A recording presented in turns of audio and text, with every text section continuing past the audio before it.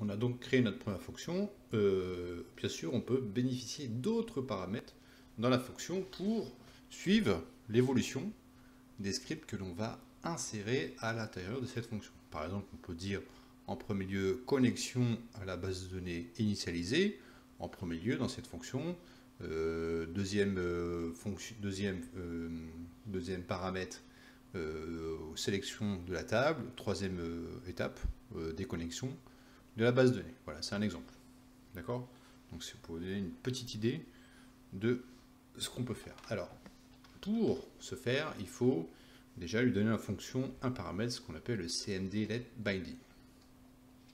Binding, on peut dire que ça va être contraignant, on va dire ça en anglais. Contraignant, obligatoire aussi, on dit binding. Donc, cmd_let_binding. Donc, il faut deux parenthèses et fermé par des crochets. D'accord? Alors, je vais charger cette fonction.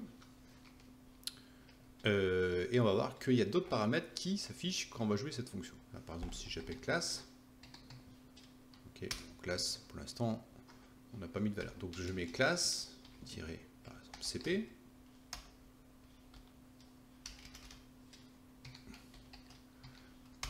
Donc dans la classe de CP, il y a comme élève, pour l'instant, on n'a pas mis d'élève.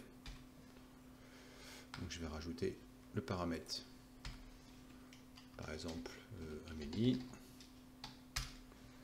Donc là, on a dans la classe CP, il y a Amélie comme élève. Donc ça, on l'a déjà vu dans la vidéo précédente. Donc là, on va lui donner un peu plus de paramètres. Par exemple, si je mets tiret, on va voir que plusieurs menus s'affichent. Donc il y a verbose, debug, error action, warning inaction, etc. Donc on a maintenant, grâce à la commande cmd_let_binding en haut, des fonctions qui vont s'afficher, des paramètres de fonction, pardon. D'accord. Par exemple ici, si je mets debug, et si je joue le script, bon, là il n'y a rien parce qu'il n'y a pas de, on n'est pas en mode debug et on voit que le script est bien sûr sans erreur. Ok. Donc après, on va commencer à structurer la fonction. C'est-à-dire qu'on va lui donner plusieurs, on va dire que c'est plusieurs étapes. Donc avec bien sûr les accolades. Begin. Alors begin, bien sûr, c'est là où on va mettre le premier bloc d'initialisation, process. Je mets avec la dernière accolade et bien sûr begin, end.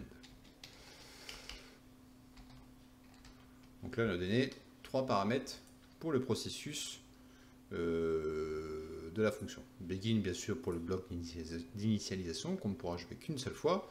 Process, c'est là où on va mettre, par exemple, ici, dans la classe de CP, il y a Amélie comme élève, et end, bien sûr, on ne pourra jouer qu'une fois. Process, on pourra jouer plusieurs fois. Par exemple, si on avait plusieurs paramètres à jouer dans la variable classe et élève, on pourra jouer plusieurs fois le process. Begin, on ne pourra jouer qu'une seule fois. Donc je vais finir mon script, donc je vais mettre ici un rectost, donc je vais l'appeler premier bloc.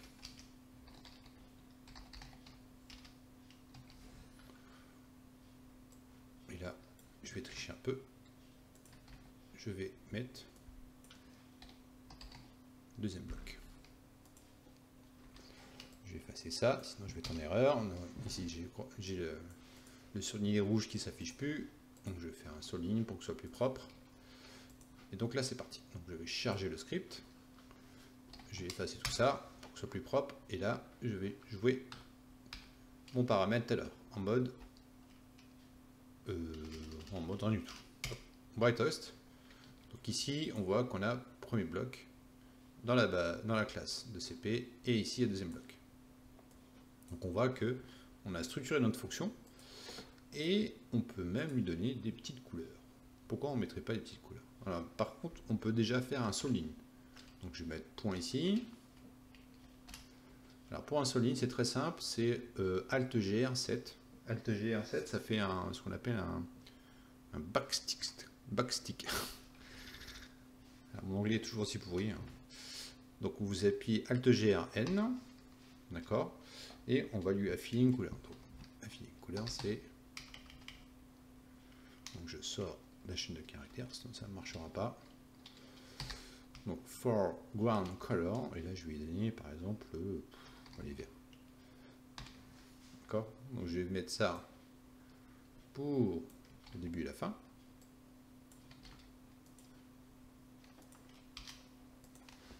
Ok, allez, on a fait un seul ligne, on a rajouté des couleurs. Je charge le script, je fais un CLS, et si je joue le script,